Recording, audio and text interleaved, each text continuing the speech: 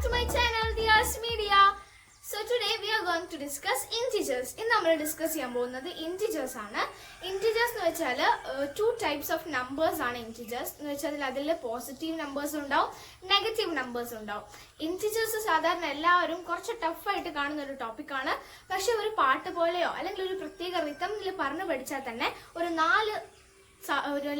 lines integers topic is simple.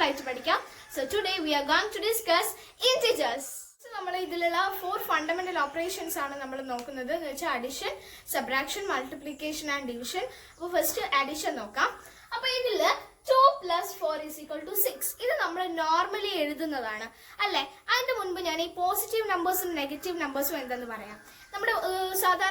Counting numbers natural numbers 1, 2, 3, 4, 5, 6 numbers positive 1 positive 2, positive 3 like 1, 2 but this is a positive symbol. എല്ലാത്തിലും common ആയിട്ട് ഈ positive ഇതിനി എത്ര വരെ പോയാലും 1 crore വരെ പോയാലും അതിന്റെ മുകളിൽ ഒരു പോസിറ്റീവ് സിംബൽ ഉണ്ട്. അപ്പോൾ ഇത് കോമൺ ആയതുകൊണ്ടാണ് നമ്മൾ പോസിറ്റീവ് സിംബൽ എഴുതാത്തത്. ഇനി നെഗറ്റീവ് നമ്പേഴ്സ് എന്ന് വെച്ചാൽ -1, -2, -3 ഇങ്ങനെയാണ്. ഇത് പോസിറ്റീവ് 1ന് ശേഷം പിന്നെ 0, -1 അങ്ങനെയാണ് നമ്പർ ലൈൻ കണ്ടിന്യൂ ചെയ്തു പോകുന്നത്. സോ ഇനി നമുക്ക് അഡിഷൻ നോക്കാം. അഡിഷനിൽ നമ്മൾ സാധാരണ ചെയ്യുന്ന 2 + 4 = 6 ആണ് ഇത്. 2 + 4 6 എന്നത് നമ്മൾ കോമൺലി ചെയ്യുന്ന നാച്ചുറൽ നമ്പേഴ്സ് ആണ് അല്ലേ. അപ്പോൾ ഇത് ശരിക്കും +2 + +4 + +6 ഇങ്ങനെയാണല്ലോ. അപ്പോൾ ഇതെന്ന് നമുക്ക് എന്ത് മനസ്സിലാക്കാം? നമ്മൾ ആഡ് ചെയ്യുന്ന സമയത്ത് സെയിം സിംബൽസ് ആണെങ്കിൽ നമുക്ക് ആൻസറിലും സെയിം സിംബൽ സബ്സ്റ്റിറ്റ്യൂട്ട് ചെയ്താൽ മതി അല്ലേ. ഇനി ഇത് -2 + -4 = yes, that will be -6. എന്ന് വെച്ചാൽ ഇത് ആഡ് ചെയ്തിട്ടതിന് ശേഷം ഇതിൽ കോമൺ ആയിട്ടുള്ള same type of numbers same negative രണ്ടും നെഗറ്റീവ് ആയതുകൊണ്ടാണ് നമ്മുടെ ആൻസറിലും നെഗറ്റീവ് ഇട്ടത്. ഇനി അത് ഡിഫറെന്റ് ആണെങ്കിൽ there is another rule. Okay, അപ്പോൾ ഇത് ക്ലിയർ ആയെന്ന് വിചാരിക്കുന്നു. നമുക്കൊരു ക്വസ്റ്റ്യൻ കൂടി ട്രൈ ചെയ്യാം. +3 + +6. Can you tell the answer?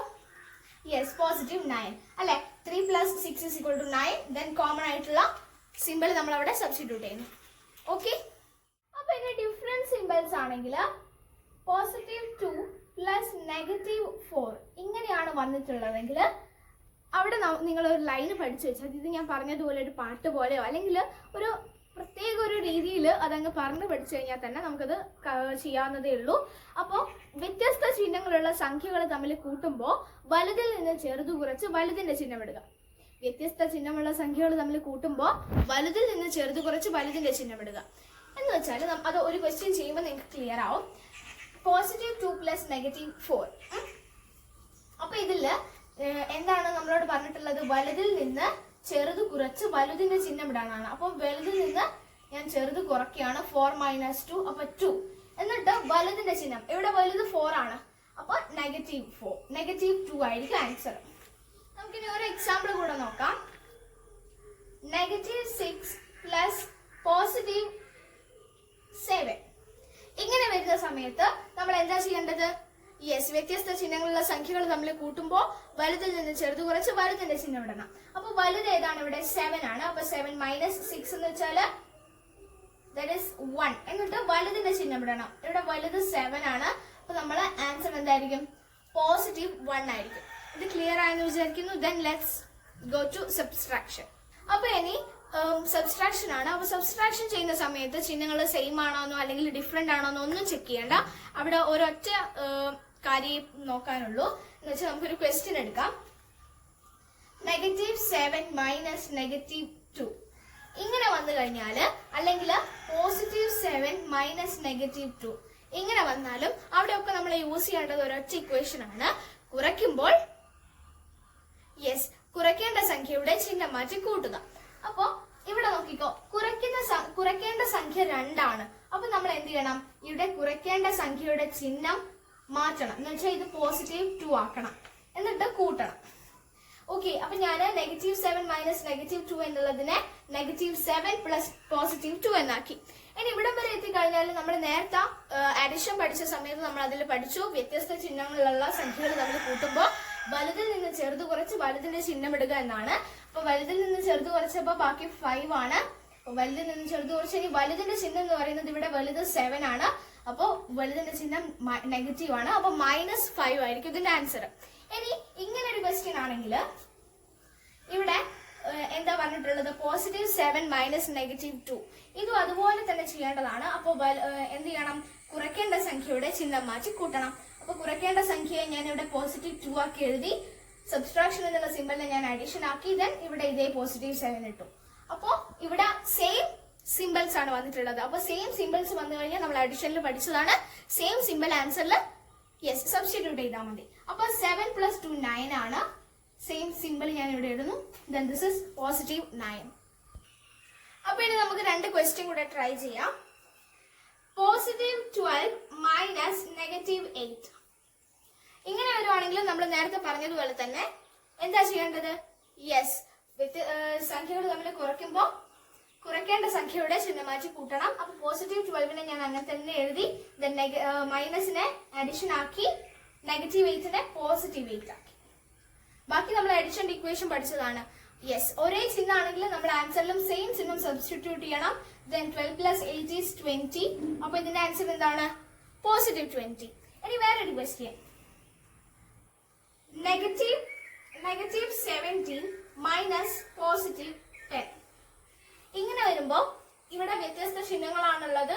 അവിടെ വ്യത്യസ്ത ചിഹ്നമാണോന്നോ അല്ലെങ്കിൽ ഡിഫറെന്റ് ആണോ അങ്ങനെ ഒന്നും നമ്മൾ നോക്കേണ്ട ആവശ്യമില്ല.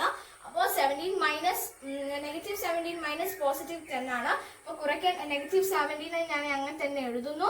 എന്നിട്ട് കുറയ്ക്കേണ്ട ചിഹ്നത്തിനെ കൂട്ടുന്നു, +10നെ -10 ആക്കുന്നു.